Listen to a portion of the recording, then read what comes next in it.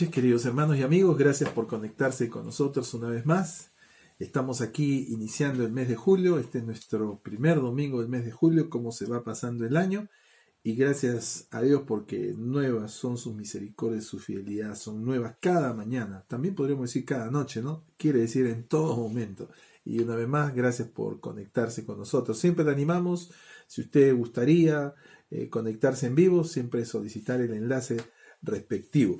Estamos en un nuevo párrafo, un párrafo hasta aquí proporcionalmente más amplio que los que hasta aquí hemos tocado, y eso que estamos iniciando.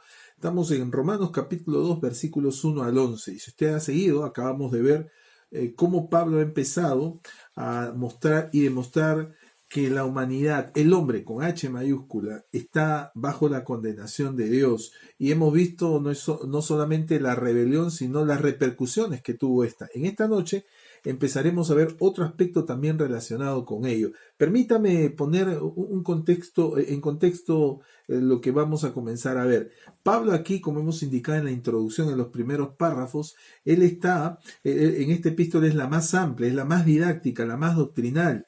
Y como hemos destacado, no se nota, no trasunta una problemática particular de la iglesia, porque al fin él no la había formado, nunca había estado allí en ese sentido. Y eso sirve para que él se enfoque más que en asuntos particulares, personales, directamente en todo lo que es la doctrina. Pero hay un detalle particular. Aquí Pablo, recuérdese que él fue un fariseo de fariseos, un doctor de la ley, se dice literalmente, ¿no es cierto?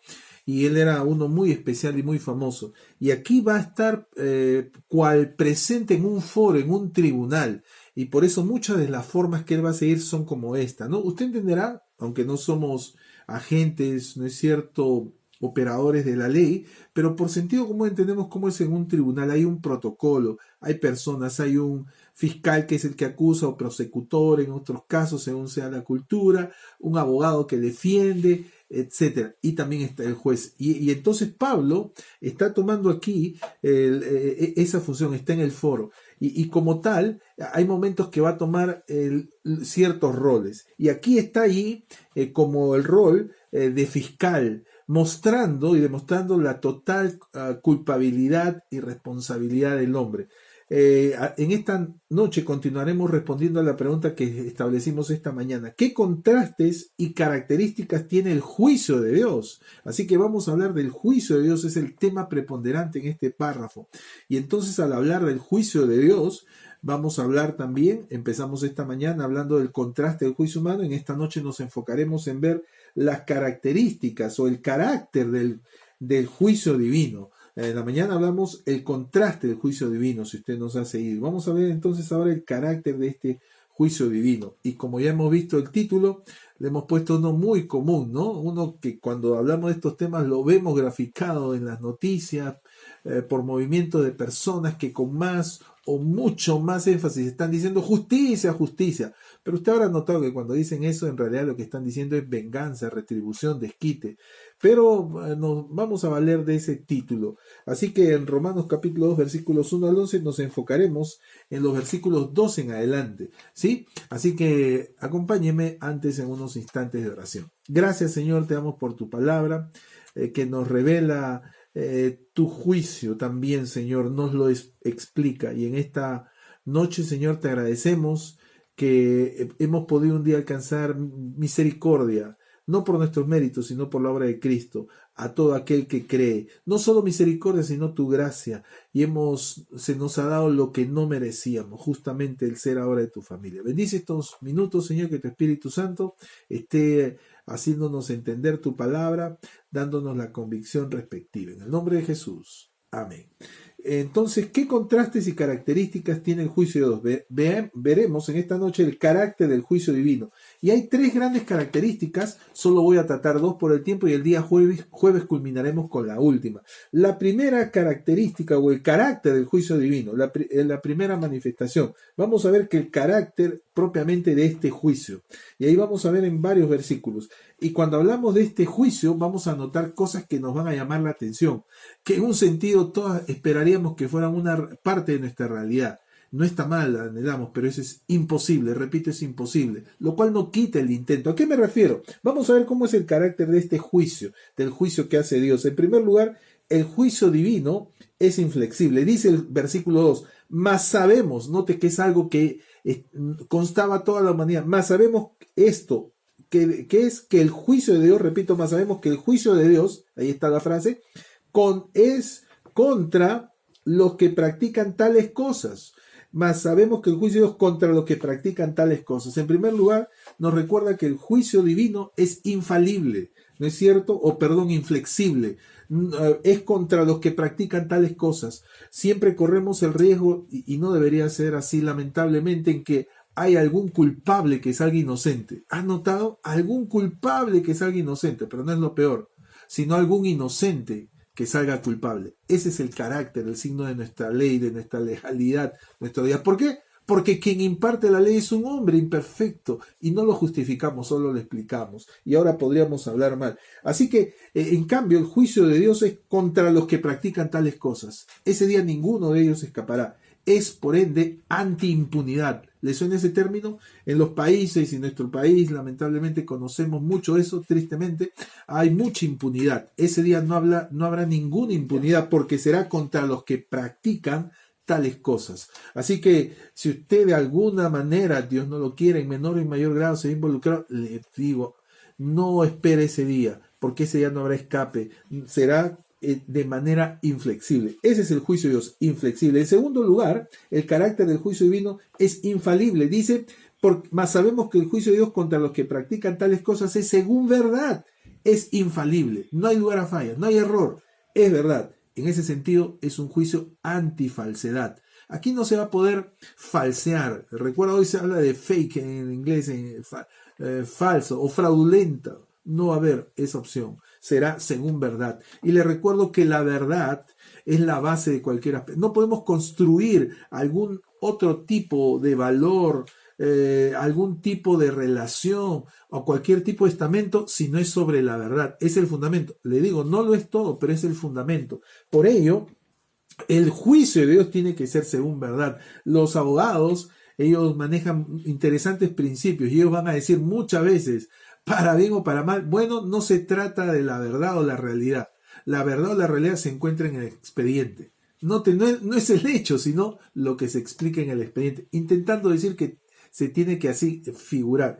Ese día el juicio de Dios será según verdad. Siempre es así. Por eso el Dios de la Biblia es un Dios de verdad. Sin iniquidad cantamos. La palabra es palabra de verdad. Su espíritu es espíritu de verdad. Y a propósito, la iglesia, somos llamados a ser columna y baluarte de la verdad. Nosotros no somos la verdad. No hay iglesia que sea verdad.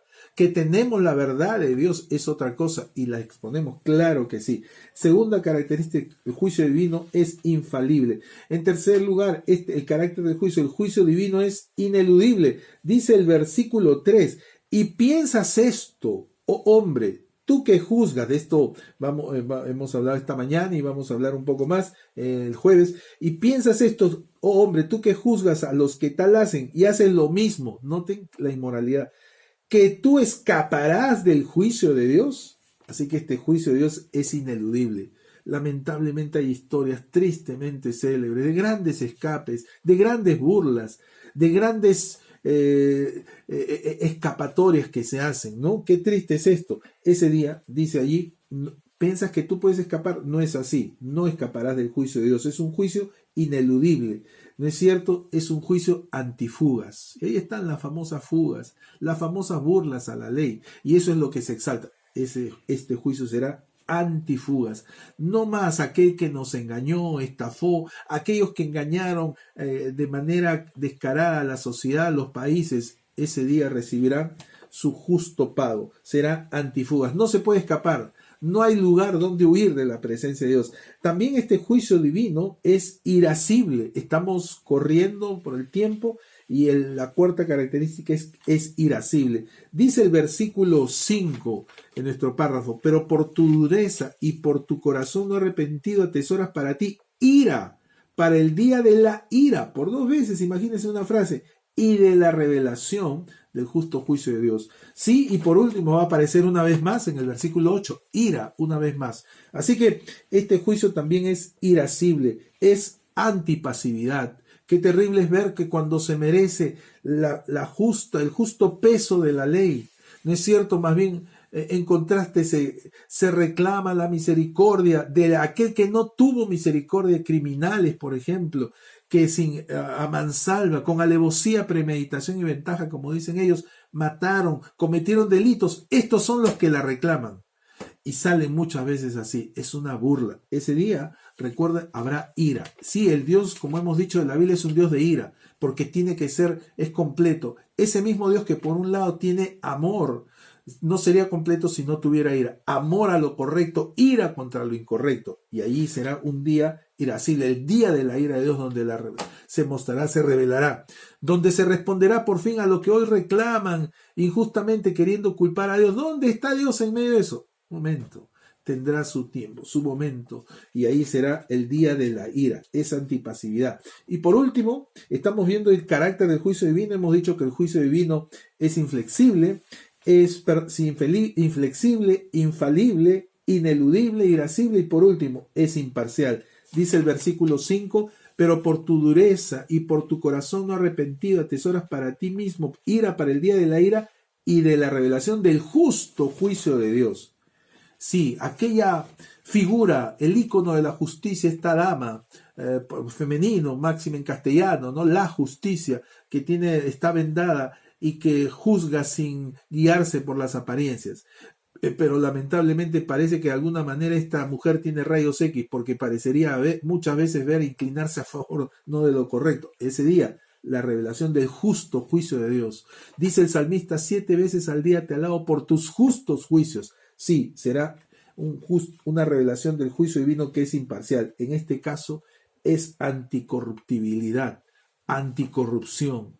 Sí, no habrá manera. Hoy es tal el pecado social, legal, que se llama corrupción, que estos más bien aún lamentablemente llegan a ser corruptibles muchas veces. Qué triste es esto. El juicio de Dios será anticorruptibilidad. Mire el carácter del juicio. Es una cosa terrible. No, esto se trata, recuerde, contexto, está hablando a aquellos, es contra los que practican tales cosas. Esto no es el deseo de Dios. Esto es sencillamente la determinación que Dios toma ante el pecado. Peor aún, como hemos dicho, ante el rechazo, ante la rebelión. Si no fuera así, Dios sería un Dios parcial, cómplice, un Dios inmoral.